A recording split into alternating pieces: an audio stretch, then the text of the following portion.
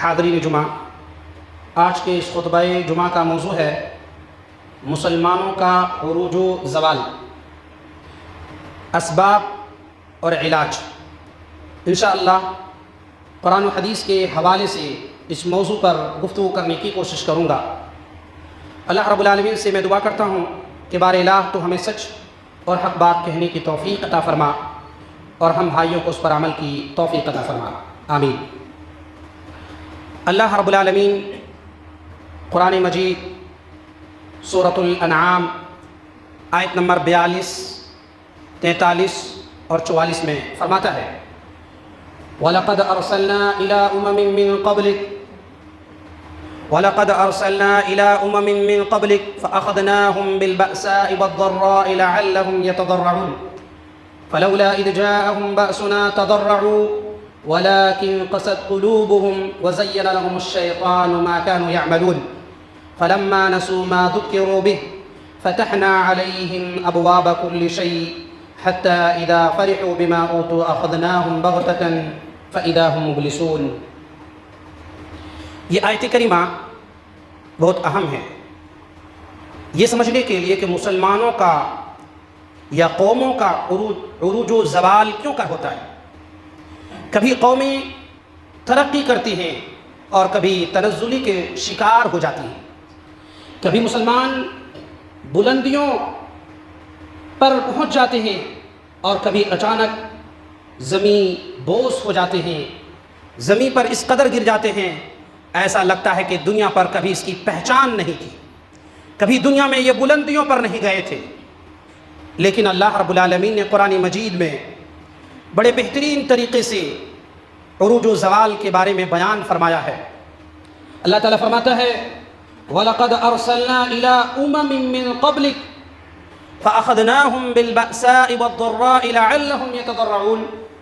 اے نبی جناب محمد رسول اللہ صلی اللہ علیہ وسلم، آپ سے پہلے قومیں گزر چکی ہیں، اس پر ہم نے رسول بھیجے۔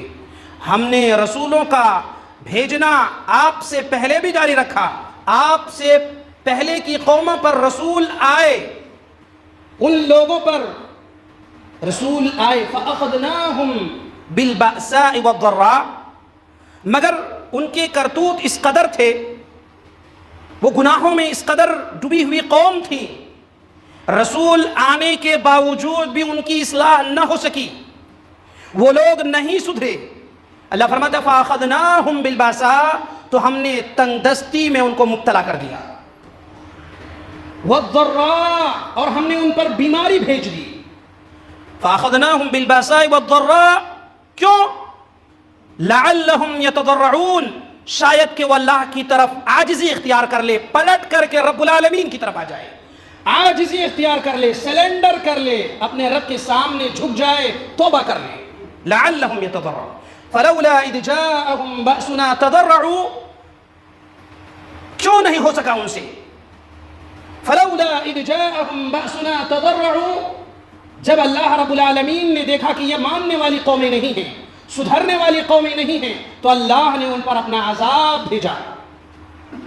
یہ اللہ کا دستور رہا ہے، جو قومیں سدھرتی نہیں ہیں، جو لوگ سدھرتے نہیں ہیں، اللہ ان پر تنگ دستی، مصیبت، پریشانی ڈال دیتے ہیں، اس لیے کہ وہ سدھر جائیں، اللہ کی طرف پلٹ آئیں۔ فَلَوْلَا إِذْ جَاءَهُمْ بَأْسُنَا تَضَرَّعُوا، جب اللہ کا عذاب ان پر آ پہنچا، اس پر بھی ان نے تضرع نہیں کیا، اس پر بھی عاجزی اختیار نہیں کی، اس پر بھی وہ نہیں سدھرے۔ جب اللہ کا عذاب آ گیا پھر بھی وہ قومیں نہیں سدھری، تو اللہ تعالیٰ فرماتا ہے کیوں وہ نہیں سدھری معلوم ہے؟ وَلَٰكِنْ قَسَتْ قُلُوبُهُمْ، ان کے دل سخت ہو چکے تھے، وہ دنیا کی متاع میں، دنیا کی زندگی میں اس قدر مست ہو چکے تھے، اور اللہ اور رسول کی باتیں اور جو پیغمبر ان کے بیچ میں آئے ان کی باتیں ان کے دلوں میں اثر نہیں کرتی تھیں، وہ لوگ ماننے کے لیے تیار نہیں تھے کیونکہ ان کے دل سخت ہو چکے تھے۔ اللہ فرماتا ہے میں نہیں کہتا ہوں، یہ سورۃ الانعام آیت نمبر 42، 43، 44 کی آیتیں ہیں۔ وَلَٰكِنْ قَسَتْ قُلُوبُهُمْ، مگر ان کے دل سخت ہو چکے تھے، رسول آئے، ان کی اصلاح کی گئی، انہیں سیدھے راستے کی طرف بتلایا گیا، مگر اور اللہ کا عذاب بھی ان پر آیا، موقع بموقع پر، وقفے بوقفے پر، تاکہ قومیں سدھر جائیں۔ لوگ اصلاح کر لے، لوگ اپنے رسول کے بتائے ہوئے طریقے پر چل لے، لیکن نہیں سدھرے کیونکہ ان کے دل سخت تھے۔ وَلَٰكِن قَسَتْ قُلُوبُهُمْ، کیوں؟ وَزَيَّنَ لَهُمُ الشَّيْطَانُ، اللہ رب العالمین نے فرمایا کیونکہ شیطان نے ان کے اعمال کو مزین کر رکھا تھا، انہیں اللہ کے راستے سے ہٹا کر دوسرے راستے کی طرف اسے لے جا رہا تھا شیطان، اور بتلا رہا تھا کہ جو تم کچھ کر رہے ہو یہی راستہ حق ہے، یہی سیدھے اور سچے راستے ہیں، یہی کامیابی کے راستہ، یہی انسانیت، یہی ساری چیزیں ہیں۔ وہ سمجھ رہے تھے، اسی کو کامیابی سمجھ رہے تھے، دنیا کے مال و متاع کو یہ اپنی کامیابی سمجھ رہے تھے۔ وَلَٰكِن قَسَتْ قُلُوبُهُمْ وَزَيَّنَ لَهُمُ الشَّيْطَانُ مَا كَانُوا يَعْمَلُونَ فَلَمَّا نَسُوا مَا ذُكِّرُوا بِهِ، اللہ فرماتا ہے کہ وہ لوگ بھول چکے تھے جو انہیں اصلاح اور نصیحت کی گئی تھی، ان جو پیغمبر ان کو آ کر کے بتلائے تھے وہ بھول چکے تھے، وہ اس کی کوئی بھی اس کے پاس و لحاظ نہیں کر رہے تھے۔ فَلَمَّا نَسُوا مَا ذُكِّرُوا بِهِ، پھر اللہ فرماتا ہے جب دیکھے کہ رسول بھیجنے کے باوجود بھی نہیں سدھر رہے ہیں، ان پر اللہ نے عذاب بھیجا پھر بھی وہ قومیں نہیں سدھر رہی ہیں، تو اللہ فرماتا ہے کیونکہ وہ نصیحت بھول چکی تھی وہ قومیں، اللہ فرماتا ہے اس کے بعد بڑی بہترین باتیں فرماتا ہے اللہ تعالیٰ، سنیے، اللہ فرماتا ہے فَلَمَّا نَسُوا مَا ذُكِّرُوا بِهِ فَتَحْنَا عَلَيْهِمْ أَبْوَابَ كُلِّ شَيْءٍ، تو ہم نے ان کے لیے تمام دروازے خیر کے یا تمام دروازے مال و دولت کے یا متاع کے یا دنیا کے اسباب ہم نے ان کے لیے کھول دیا کہ جاؤ، تمہیں دنیا مطلوب ہے تو میں تمہارے لیے دنیا اور دے دیتا ہوں، تمہیں دنیاوی زندگی محبت ہے تو میں دیتا ہوں، تمہیں مال محبت ہے تو تمہیں مال اور عطا کر دیتا ہوں۔ پھر اللہ تعالیٰ فرماتا ہے حَتَّى إِذَا فَرِحُوا، یہاں تک کہ مال پا کر کے وہ لوگ مگن ہو گئے، خوش و خرم اپنی زندگی گزارنے لگے، اترانے لگے۔ اللہ مفسرین نے اس کی ترجمہ میں لکھا ہے، ترجمہ کرتے ہوئے حَتَّى إِذَا فَرِحُوا، یہاں تک کہ وہ اترانے لگے، فَأَخَذْنَاهُمْ بَغْتَةً، تو ہم نے اچانک ان کو پکڑ لیا، اچانک ہم نے اس کو نیست و نابود کر دیا۔ فَأَخَذْنَاهُمْ بَغْتَةً فَهُمْ مُبْلِسُونَ، اس حال میں کہ وہ نا امید ہو رہے تھے، اس حال میں کہ وہ نا امید ہو چکے تھے۔ اللہ اکبر، اس آیت کریمہ میں اللہ تعالیٰ فرماتا ہے کہ ہم اچانک لوگوں پر عذاب نہیں بھیجتے ہیں، ہم انہیں تنبیہ کرتے ہیں، ہم ان کی اصلاح کے لیے رسول بھیجتے ہیں۔ اب رسولوں کا زمانہ نہیں ہے، اب نبی اکرم جناب محمد رسول اللہ صلی اللہ علیہ وسلم خاتم النبیین ہے، the last and final messenger of اللہ۔ اس کے بعد اب کوئی نبی آنے والے نہیں ہیں، اس کے بعد اب کوئی رسول آنے والے نہیں ہیں، اس کے بعد ہم سب کی ذمہ داری بنتی ہے کہ خیر اور بھلائی کے کام ایک دوسرے کی اصلاح کریں۔ جہاں لوگ اللہ کو بھول چکے ہیں، یہ علماء کی ذمہ داری بنتی ہے کہ لوگوں کو اللہ کے بارے میں بتائیں، اور اگر علماء بھی اسی راستے میں وہ سفر کریں گے اور وہی طریقہ اپنائیں گے تو اللہ کا نظام ہے کہ اللہ تعالیٰ سب کو زلزلہ کے ذریعے، بھوکم کے ذریعے، سیلاب کے ذریعے، بیماری کے ذریعے، تندرستی کے ذریعے، نہ جانے کن کن وبا کے ذریعے اللہ تعالیٰ قوموں کو نیست و نابود کر دیتا ہے، اور اللہ ایسی قوم کا وجود بخشتا ہے، ایسی قوموں کو اللہ لاتا ہے جو اللہ کی طرف توجہ دے، جو توبہ و استغفار کرے، جو اللہ اور رسول کے حکم کو مانے۔ اللہ تعالیٰ ایسے ہی لوگوں کو باقی رکھتا ہے۔ میرے عزیزوں اور میرے بھائیوں، قرآن مجید کی اس آیت کریمہ سے پتہ چلتا ہے کہ یہ موقع ہمارے لیے اصلاح کا ہے۔ اگر ہم بے ایمانی کرتے ہیں، اگر ہم کسی اور چیزوں میں لگے ہیں جو اللہ کو پسند نہیں ہے، جو اللہ نے اور محمد رسول اللہ صلی اللہ علیہ وسلم نے لوگوں کی اصلاح کے لیے کہا تھا، اور اگر ہم نے اس کو چھوڑ چکا ہے تو یہ ابھی ہمارے پاس وقت ہے، ہمارے پاس موقع ہے کہ ہم اپنی اصلاح کریں، ہم سدھر جائیں اور اللہ اور رسول کے حکم کو مانیں۔ اگر جماعتوں پر عذاب نہ آتا ہو، اگر لوگوں پر نہ آتا ہو، لیکن فردوں پر ضرور آتا ہے۔ اللہ فرماتا ہے وَلَنُذِيقَنَّهُمْ مِنَ الْعَذَابِ الْأَدْنَى دُونَ الْعَذَابِ الْأَكْبَرِ لَعَلَّهُمْ يَرْجِعُونَ، ہم بڑے عذاب سے پہلے لوگوں پر چھوٹے چھوٹے عذاب بھیجتے ہیں، شاید کہ وہ رجوع کر لے، شاید کہ وہ اللہ کی طرف پلٹ آئیں۔ میرے عزیزو، ہم تب تک عروج پر رہیں گے، ہم تب تک کامیاب رہیں گے جب ہم اللہ اور رسول کے حکم کو مانیں گے۔ اگر ہم پیچھے اپنی تاریخ کو پلٹتے ہیں تو خلافت کا زمانہ ہے، محمد رسول اللہ صلی اللہ علیہ وسلم کے بعد صحابہ کا زمانہ ہے، تبع تابعین کا زمانہ ہے، اور دیگر لوگوں کا زمانہ ہے، مسلمانوں کی خلافت کا زمانہ ہے۔ مسلمان جب تک کتاب و سنت پر قائم رہے، عدل و انصاف کرتے رہے، حق بات کی نصیحت کرتے رہے، اللہ نے آسمان سے ان پر مال و اسباب کا نزول فرمایا، اللہ نے انہیں غنیمت عطا فرمایا، اللہ نے انہیں علم و حکمت کی دانائی عطا فرمائی، اللہ نے فتوحات کے ذریعے مسلمانوں کی مدد فرمائی، اللہ تعالیٰ نے دنیا پر مسلمانوں کو رعب و دبدبا دیا، لیکن وہی قومیں، وہی اقوام، وہی مسلم جب سیدھے راستے ہٹ چکی تو اللہ نے دوسرے قوموں کے ذریعے اپنا عذاب تسلط کر دیا، اللہ نے اپنا عذاب بھیجا، پھر وہ تاریخیں مٹ چکی، وہ ساری چیزیں ہماری نگاہوں سے اوجھل ہو چکی، کیونکہ اب ہمیں تاریخ کے اوراق معلوم نہیں، ہمیں اپنے صحابہ کے بارے میں معلوم نہیں،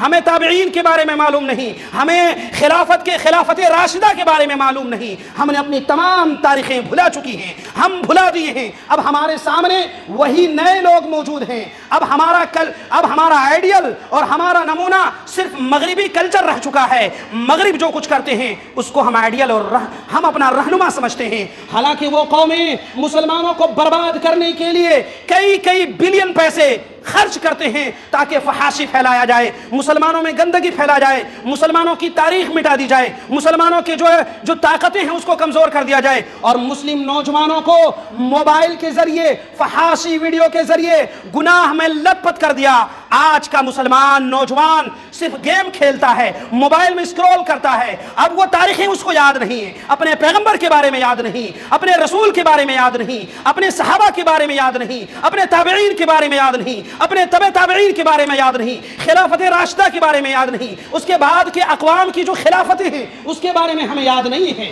ہمیں اب ہم نئے دور میں داخل ہو چکے ہیں، اب ہمیں مغربی کلچر اچھے لگتے ہیں، دنیاوی اسلامی خیالات اب اچھے نہیں لگتے ہیں، اسی لیے ہم کوٹے جا رہے ہیں، آج ہماری حیثیت کچھ بھی نہیں رہ گئی ہے۔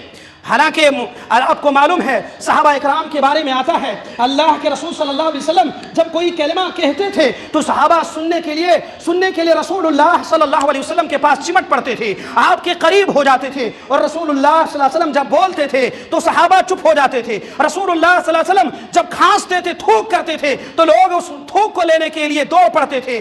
صحیح بخاری کے الفاظ ہیں، اللہ کے نبی صلی اللہ علیہ وسلم کی حدیث کے بارے میں آپ کے بارے میں آتا ہے، جو صحیح بخاری میں یہ حدیث موجود ہے، حتی اذا توضع قادوا یقتلون علی وضوئه، اللہ کے رسول صلی اللہ علیہ وسلم جب وضو کرتے اور آپ کے بچے ہوئے پانی کو آپس میں لینے کے لیے صحابہ اکرام دوڑ پڑتے تھے، یہاں تک کہ قریب تھا کہ آپس میں لڑ پڑتے صحابہ اکرام، اس قدر رسول اللہ صلی اللہ علیہ وسلم سے صحابہ محبت کرتے تھے، اپنے رسول سے، اپنے دین سے، اپنے پیغمبر سے، لیکن وہ ساری چیزیں آج ہمارے سامنے موجود نہیں ہیں۔ آج ہم کوئی بھی نہیں پوچھتا ہے کہ رسول اللہ کا وضو کیسا تھا، رسول اللہ کی نمازیں کیسی تھی، رسول اللہ کے جو ہے معاملات کیسے تھے۔ آج ہمارا نوجوان، آج ہمارا سماج، آج ہماری قوم کے لوگوں کوئی سوال نہیں کرتا ہے، کوئی نہیں پوچھتا ہے، کیونکہ اپنی تاریخ وہ بھول چکے ہیں۔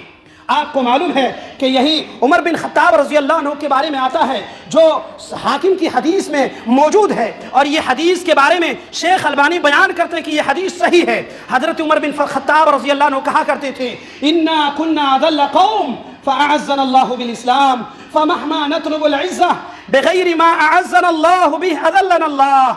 عمر بن خطاب رضی اللہ عنہ کہا کرتے تھے، اللہ اکبر، میرے عزیزوں کان کھول کر کے سنیں، عمر بن خطاب امیر المومنین مدینے کا حاکم بیان کرتے ہیں، وہ کہتے ہیں کہ ہم ذلیل قوم تھے۔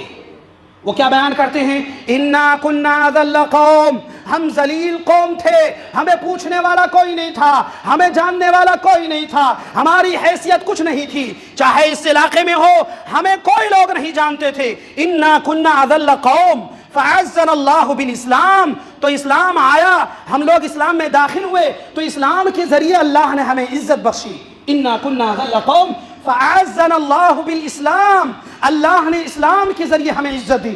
اللہ کتنی پیارے باتیں ہیں۔ عمر بن خطاب رضی اللہ عنہ کہتے ہیں اسلام کے ذریعے ہمیں عزت ملی، اسلام سے پہلے ہماری کوئی حیثیت نہیں تھی، ہمارا کوئی پہچان نہیں تھا، لوگ ہم کو نہیں جانتے تھے، لیکن اسلام کے ذریعے اللہ نے ہمیں سربلندی عطا فرمائی۔ انا كنا اذل قوم فاعزنا اللہ بالاسلام فمهما نطلب العزة بغیر ما اعزنا اللہ به اذلنا اللہ۔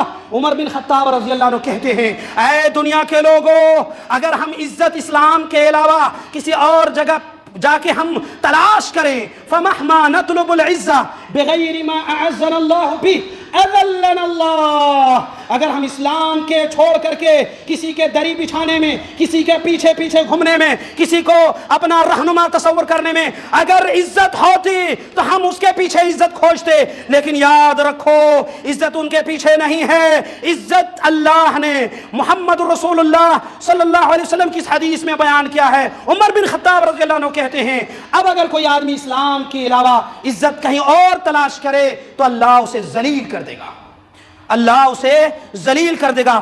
بڑے بڑے لیڈر، مسلم لیڈر آئے اور پھر اسی راستے میں چلے گئے جس راستے میں اور لوگ چلتے تھے، اللہ نے ان کو تباہ و برباد کر دیا اور کوئی حیثیت نہیں۔ میرے عزیزو، یہ حدیث بتلاتی ہے کہ اگر ہم عزت چاہتے ہیں تو اسلام کی طرف آئے، کیونکہ اللہ نے اسلام میں عزت رکھی ہے۔ آپ کو معلوم ہے صحیح بخاری کی حدیث ہے، اللہ کے نبی صلی اللہ علیہ وسلم فرماتے ہیں ان اللہ یرفع بهذا الكتاب اقواما ويضع به آخرین، اللہ اس کتاب کے ذریعے، قرآن کریم کے ذریعے قوموں کو بلندی عطا فرماتا ہے۔ اللہ اللہ، قوموں کو بلندی عطا فرماتا ہے۔ جو قومیں قرآن سنتی ہیں، جو قومیں قرآن ترجمہ کر کے لوگوں کو بتلاتی ہیں، جو قومیں قرآن پر عمل کرتی ہیں، اللہ کے نبی فرماتے ہیں اللہ انہیں عزتوں سے نوازتا ہے، اللہ انہیں رفعت و بلندی عطا فرماتا ہے، اللہ انہیں عزت عطا فرماتا ہے۔ مگر جو قومیں قرآن کو چھوڑ دیتی ہیں، جو لوگ قرآن کو چھوڑ دیتے ہیں، اللہ انہیں اسفل السافلین، نچلے درجے میں لے جا کے پہنچا دیتا ہے۔ یہ رسول اللہ صلی اللہ علیہ وسلم کی حدیث ہے۔ اس حدیث سے پتہ چلتا ہے اگر عزت چاہتے ہیں، بلندی چاہتے ہیں تو قرآن کو مانیں، محمد رسول اللہ صلی اللہ علیہ وسلم کو فرمان مانیں۔ آپ کے فرمان مانیں گے تو دنیا میں بھی عزت ہوگی اور آخرت میں بھی آپ کامیاب ہوں گے۔ یہ محمد رسول اللہ صلی اللہ علیہ وسلم کی حدیث ہے۔ میرے عزیزو، تو ہمیں چاہیے کہ عزت ہم اللہ سے طلب کریں۔ عزت اللہ کے پاس ہے، لوگوں کے پاس عزت نہیں ہے، پیسے میں عزت نہیں ہے، دولت میں عزت نہیں ہے، مال میں عزت نہیں ہے۔ اللہ نے عزت محمد رسول اللہ صلی اللہ علیہ وسلم میں رکھی ہے، آپ کے اصحاب میں رکھی ہے، آپ کے نقش قدم کی پیروی کرنے میں رکھی ہے، اور عزت اللہ نے اسلام میں رکھا ہے، عزت قرآن میں رکھا ہے۔ اللہ کے نبی صلی اللہ علیہ وسلم اپنے انتقال سے پہلے لوگوں سے خطاب کرتے ہیں اور فرماتے ہیں لوگوں ترکت فیکم امرین لن تضلوا ما تمسکتم بہما کتاب اللہ و سنتی۔ اے لوگوں، میں تمہارے درمیان دو چیزیں چھوڑے جا رہا ہوں، ان دونوں کو تمسکتم بہما، اگر تم ان دونوں کو مضبوطی سے تھامو گے لن تضلوا، تم ہرگز گمراہ نہیں ہوگے، ہرگز خائب و خاسر نہیں ہوگے، ہرگز تم ناکام نہیں ہوگے۔ اگر ان دونوں کو مضبوطی سے تھام لو گے تو کبھی ذلیل و رسوا نہیں ہوگے۔ آپ صلی اللہ علیہ وسلم نے فرمایا وہ کتاب اللہ و سنتی، اللہ کی کتاب قرآن کریم اور میری سنت محمد رسول اللہ صلی اللہ علیہ وسلم کی سنت ہے۔ میرے عزیزو، اگر ان دونوں کو ہم مضبوطی سے تھامیں گے تو ہم کامیاب ہو جائیں گے۔ تو ہم نے بتلایا عزت کہاں ہے، اللہ کی کتاب میں، عزت محمد رسول اللہ کی حدیث میں، عزت صحابہ کے طریقے میں۔ اگر ان راستوں کو ہم چھوڑ دیں گے تو ذلیل اور رسوا ہو جائیں گے۔ آج قوموں کی حالت دیکھ رہے ہیں، پچھلی قوموں کی حیثیت ہم نے دیکھ چکا، کھنڈرات میں بدل چکے۔ آپ کو معلوم ہے جب مسلمان اللہ رسول کو حکم مانتے تھے فتوحات ہوتے تھے ان کے سامنے۔ آپ کو معلوم ہے، جاؤ دیکھو مدینے کے قریب میں خیبر کا علاقہ آج بھی موجود ہے، ان کے در و دیوار اس بات کی گواہی دے رہے ہیں کہ مسلمان اس جگہ پہ رہنے والے ہیں، اور اس سے پہلے یہودیوں کا علاقہ تھا۔ میرے عزیزو، تو عزت کس میں ہے؟ اللہ اور رسول کے حکم کے ماننے میں۔ دوسری چیز ہے جو ہمیں کام کرنے کا ہے، وہ ہے اتحاد و اتفاق۔ اگر ہم ان چیزوں کو مضبوطی سے تھام لیں گے تو آگے بڑھیں گے، کامیاب ہوں گے۔ ان میں سے کرنا کیا ہے؟ آپس میں مسلمان مل کے رہیں، چاہے وہ آپ کے پاس خوشی کے مراحل ہو، چاہے وہ غم کے مراحل ہو، لیکن آپس میں چھوڑے نہیں۔ ایک مسلمان دوسرے مسلمان کو کمزور نہ کریں، اگر کمزور کریں گے تو ہم برباد ہو جائیں گے۔ آپ کو معلوم ہے اللہ کے نبی صلی اللہ علیہ وسلم کی حدیث ہے، آپ صلی اللہ علیہ وسلم فرماتے ہیں، یہ حدیث سنن ابی داؤد میں ایسے ہی موجود ہے۔ آپ صلی اللہ علیہ وسلم کی حدیث ہے، آپ نے فرمایا یوشک الامم ان تدعى عليكم الاكلة الى قصعتها قال ومن قلة نحن يومئذ قال بل أنتم يومئذ كثير ولكنكم غثاء كغثاء السيل ولينزعن الله في صدور عدوكم المهابة منكم وليقذفن الله في قلوبكم الوهن قالوا يا رسول الله وما الوهن قال حب الدنيا وكراهية الموت۔ اللہ کے نبی صلی اللہ علیہ وسلم کی ایک پیاری حدیث ہے، آپ نے فرمایا لوگو قیامت سے پہلے یہ واقعہ تمہارے سامنے پیش آئے گا۔ اللہ کے نبی کی حدیث ہے، آپ نے فرمایا لوگو ایک زمانہ تمہارے پر ایسا آئے گا کہ دشمن قومیں تمہارے اوپر ایسے ہی ٹوٹ پڑیں گے، ایسے ہی ٹوٹ پڑے گی قومیں جس طرح سے شکاری اپنے شکار پر ٹوٹ پڑتا ہے، کھانے والا دسترخوان میں رکھے ہوئے کھانے پر ٹوٹ پڑتا ہے۔ صحابہ پوچھتے ہیں اللہ کے نبی کیا ہماری تعداد اس وقت کم ہوگی؟ کیا مسلمان کب تک کم تعداد میں ہوں گے؟ کیا مسلمانوں کی یہ حیثیت کیوں ایسی ہوگی؟ آپ نے فرمایا نہیں نہیں میرے صحابہ، تمہاری تعداد بہت بڑی ہوگی۔ آپ نے فرمایا وَلَٰكِنَّكُمْ كَثِيرٌ، تمہاری تعداد بہت زیادہ ہوگی لیکن تمہاری حیثیت سمندر کے جھاگ کی مانند ہوگی۔ تمہاری تعداد بہت ہوگی، 57 کنٹری تمہارے ہوں گے مسلمانوں کی، مگر ایک بھی فلسطین کے حق میں کھڑے ہونے کے لیے تیار نہیں ہوگا۔ یاد رکھو تمہارے پیچھے دوڑنے والے کوئی ملک نہیں ہوں گے، تمہیں خود ہی اپنے مستقبل طے کرنے ہوں گے، تمہیں اپنے راستے خود ہی طے کرنے ہوں گے، کامیابی کے راستے تمہیں خود ہی دیکھنا ہوگا۔ تم کہو گے ہمیں دوسرے دنیا کے دیگر ممالک کے لوگ ہمیں کامیابی کریں گے اور ہماری حالت کو دیکھ کر کے وہ مدد کریں گے۔ نہیں نہیں نہیں نہیں، کوئی مدد کرنے والے نہیں ہوں گے۔ آپ صلی اللہ علیہ وسلم کے اس سوال پر صحابی پوچھتے ہیں اللہ کے رسول ایسا کیوں ہوگا؟ تو اللہ کے نبی نے فرمایا دشمنوں کے دلوں سے اللہ تمہارے رعب و دبدبہ ختم کر دے گا۔ اللہ، دشمن تم سے نہیں گھبرائیں گے، کیوں کہ تم کتاب اللہ اور سنت رسول پر عمل کرنے والے لوگ نہیں ہو، اس لیے لوگ تمہاری حیثیت کچھ بھی نہیں سمجھیں گے۔ کیوں؟ آپ نے فرمایا اللہ کے نبی صلی اللہ علیہ وسلم سے صحابہ نے پوچھا اللہ کے رسول یہ وہن کیا ہے؟ آپ نے فرمایا حب الدنیا وکراہیت الموت، دنیا کی محبت اور موت سے تمہیں نفرت ہوگی۔ جب یہ زمانہ تمہارا آ جائے گا تو سمجھ جائیے کہ تمہاری حیثیت کچھ بھی نہیں ہوگی، تمہیں لوگ کوئی پوچھیں گے نہیں۔ آج جس کے گھر 10 منزلہ ہو، شیشے کے گھر ہو، تو کوئی آدمی اللہ رسول کا بیان کرے گا کیا وہ بلڈوزر سے اپنا گھر توڑوانا چاہے گا؟ نہیں میرے عزیزو، اس لیے لوگ موت سے نفرت کریں گے اور مال اور دولت کے پیچھے مسلمان بھاگیں گے، اللہ رسول کی بات پر کچھ بھی دھیان نہیں دیں گے۔ جب یہ زمانہ تمہارا آ جائے تو سمجھ لو تم نقصان والے زمانے میں شریک ہو چکے ہیں، تمہاری حیثیت کچھ بھی نہیں ہوگی۔ جب چاہے گا نئے نئے قانون تمہارے اوپر لا کر کے تھوپ دیا جائے گا اور کہے گا یہ فارم بھرو، وہ فارم بھرو، اور تمہیں دیا جائے گا ان چیزوں پر، لیکن گھبرانا نہیں۔ اگر تم، اللہ نے فرمایا وَلَا تَهِنُوا وَلَا تَحْزَنُوا وَأَنْتُمُ الْأَعْلَوْنَ إِن كُنتُم مُؤْمِنِينَ، نہ گھبراؤ نہ خوف کھاؤ، اگر تم مومن ہو تو تم ہی کامیاب رہو گے۔ یہ شرط اللہ رب العالمین نے رکھی ہے۔ میرے عزیزو، تیسرا کام کرنا ہے عدل و انصاف کا۔ جو بھی ہو ایک دوسرے کے ساتھ عدل و انصاف کریں۔ اللہ کے نبی صلی اللہ علیہ وسلم فرماتے ہیں، عدل و انصاف کے تعلق سے فرماتے ہیں لو ان فاطمہ بنت محمد سرقت لقطعت یدہا۔ آج دنیا میں جسٹس نام کی کوئی چیزیں نہیں رہ رہی ہیں۔ آج جو آدمی طاقتور ہیں وہ طاقت کے بلبوتے فیصلہ کرتے ہیں اور کمزور لوگوں پر فیصلہ کیا جاتا ہے۔ اللہ کے نبی صلی اللہ علیہ وسلم نے فرمایا عدل و انصاف دیکھنا ہو تو محمد رسول اللہ کی زندگی کو دیکھ لیجئے۔ آپ نے فرمایا قبیلہ بنی مخزوم کی عورت نے چوری کی تھی، لوگ چاہ رہے تھے کہ اس کے ہاتھ نہ کاٹے جائے۔ جب محمد رسول اللہ کی عدالت میں یہ معاملہ پہنچا تو رسول اللہ صلی اللہ علیہ وسلم نے اسامہ بن زید رضی اللہ عنہ کو کہا اتشفع فی حد من حدود اللہ، اے اسامہ بن زید رضی اللہ عنہ، کیا اللہ کے حدود کے بارے میں تم سفارش کرنے کے لیے آئے ہو؟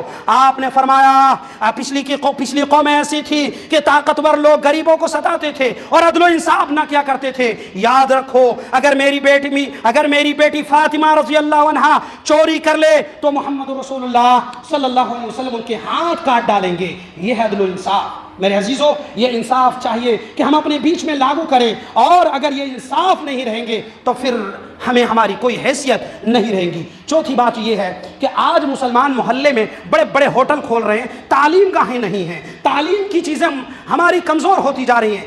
کوئی دوسرا لوگ کھول کر کے آپ کو تعلیم نہیں دلائیں گے، آپ کو خود ہی اسکول کھولنے ہوں گے، خود ہی کالج بنانے ہوں گے، خود ہی یونیورسٹی بنانے ہوں گی، خود ہی لائبریری قائم کرنے ہوں گے، اپنے بچوں کی اصلاح کریں۔ اور چوتھی چیز یہ ہے کہ مسلمانوں کو چاہیے کہ اب سیاست میں اتریں اور ہر وہ جگہ پر جہاں ہمیں تکلیف ہوتی ہے ان جگہ پر پہنچ کر کے مسلمانوں کی دفاع کریں۔ یہ وقت ہے ان چیزوں کی کہ جن کی طرف ہمارے نوجوانوں کو جاننا چاہیے۔ چھوٹے لیول پر جو ہے سیاست کریں، پھر آگے بڑھیں اور پھر آگے پڑھائی کر کے اور اونچے عہدے پر پہنچنے کی کوشش کریں۔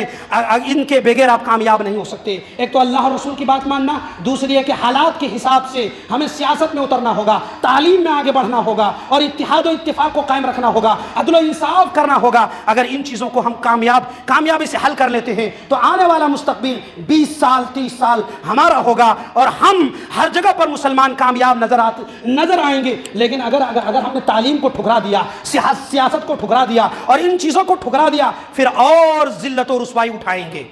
پانچویں چیز مجھے یہ کہنا ہے میرے عزیزو، سب کے ہاتھوں میں ایک فارم آیا ہوا ہے SIR کے فارم، تو خصوصی نظر ثانی جو آپ نے 2003 میں جو ووٹ دیا ہے اسی تعلق سے یہ دوبارہ آپ کا SIR کیا جا رہا ہے۔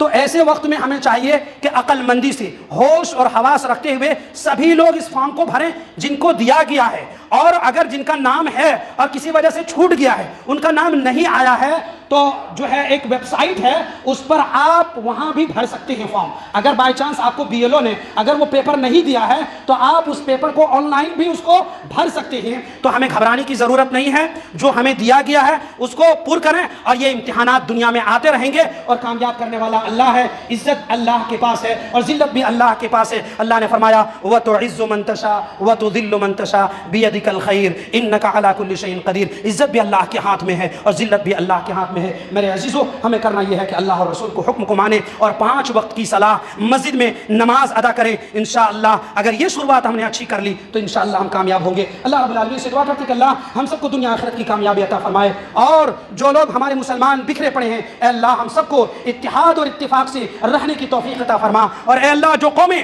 ہمارے اوپر دباؤ ڈال رہی ہیں اے اللہ تو طاقتور ہے، تو ہی دنیا کے الٹ پھیر کرنے والا ہے۔ تلک الایام نداولها بین الناس، حالات بدلنے والا اے اللہ تو ہی ہے۔ تو ہم سب کے، ہم مسلمانوں کی حالات کو بدل دے اے اللہ۔ ہم ذلت میں ہیں اے اللہ، ہم رسوائی میں ہیں اے اللہ، ہم نے تیرے دین کو ٹھکرا دیا ہے اے اللہ، ہم نے تیرے دین کو چھوڑ رکھا ہے اے اللہ، ہم سب کو توبہ نصیب فرما اے اللہ، ہم سب کو اپنی حالات سدھارنے کی توفیق عطا فرما اے اللہ، تو ہی ہماری مدد فرما اے اللہ، تو ہی ہمارے لیے کامیابی کا ضامن بن جا، اور اے اللہ جو لوگ دنیا سے چلے گئے ہیں اللہ ان کی قبروں کو نور سے بھر دے، اور جو لوگ باقی ہیں اے اللہ ہم سب کو توحید پر اور کتاب و سنت پر قائم و دائم رکھ، اور جب ہمارا خاتمہ ہو تو ایمان بالخیر فرما، آمین۔ وآخر دعوانا ان الحمدللہ۔